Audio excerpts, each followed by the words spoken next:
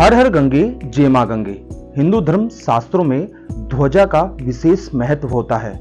सनातन धर्म को मानने वाले अपने घरों पर ध्वजा स्थापित करते हैं और मान्यता है ध्वजा स्थापित करने से उनके सभी कष्टों को उनके इष्ट देवी देवता निवारण कर देते हैं।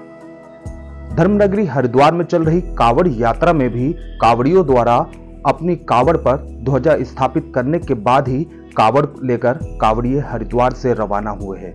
आखिर क्या है ध्वजा का महत्व, इस पर बात करने के लिए हमारे साथ मौजूद है धर्म के जानकार और ज्योतिष आचार्य प्रदीप जोशी जी। बहुत बहुत स्वागत है गुरुजी आपका तिलक पत्रिका पे।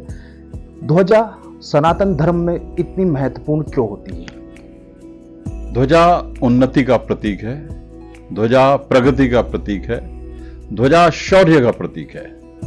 ध्वजा हमारे यहाँ कहा जाता है कि जो राहु और केतु का से होने वाला कष्टों का निवारण करने वाली मात्र ध्वजा है।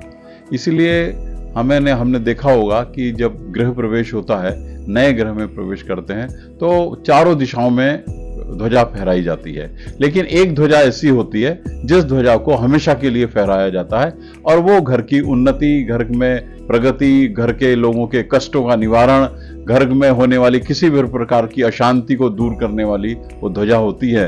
और उस ध्वजा का जो फहराना होता है, उस ध्वजा को हमारे यहाँ लगाया जाता है, वो उत्तर पश्चिम के कोण में वो लगाया जाता है।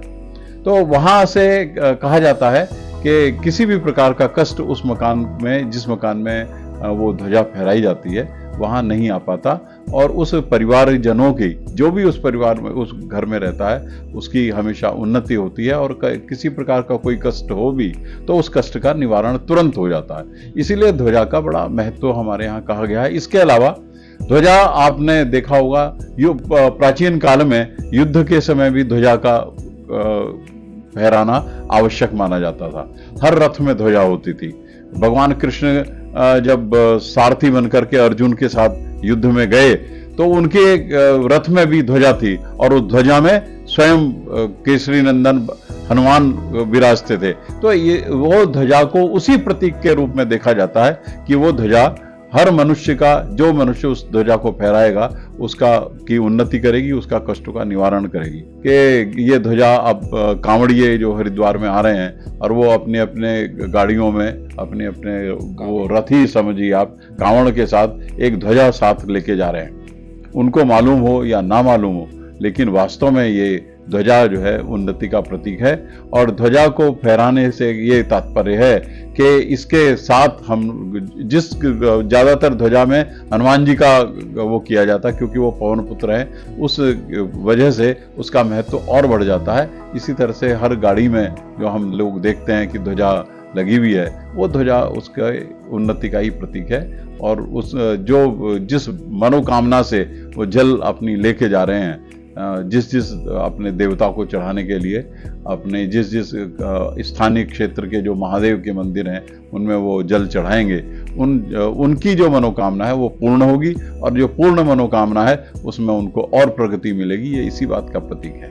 गुरुजी, माना जाए ध्वजा बजरंगबली का प्रतीक माना जाता है और कावड़ यात्रा में जो कावड़ी अपनी ध्वजा लगाकर चलते हैं तो भगवान शिव की आराधना के साथ उन्हें बजरंगबली की भी कृपा बरसती है, तभी उनकी यात्रा भी सफल हो पाती है। हाँ, भगवान शंकर का जो एक रूप है, वो रूप स्वयं हनुमान जी स्वयं शंकर ही तो हैं, उन्हीं का रूप भगवान हनुमान हैं। तो इसलिए भगवान की, हनुमान जी की पताका और शिव जी के लिए गंगा जल, ये दोनों मनुष्य की सफलता का प्रतीक है। अगर विधि की बात करें, किस विधि से ध्वजा को लगाना चाहिए जिससे ध्वजा से हमारे को फायदा मिल सके? देखो, ऐसा है कि वैसे तो ध्वजा 10 रंगों की ध्वजा होनी चाहिए जो लोगों के जो जब नए घर बनते हैं उनमें फहराई जाती है।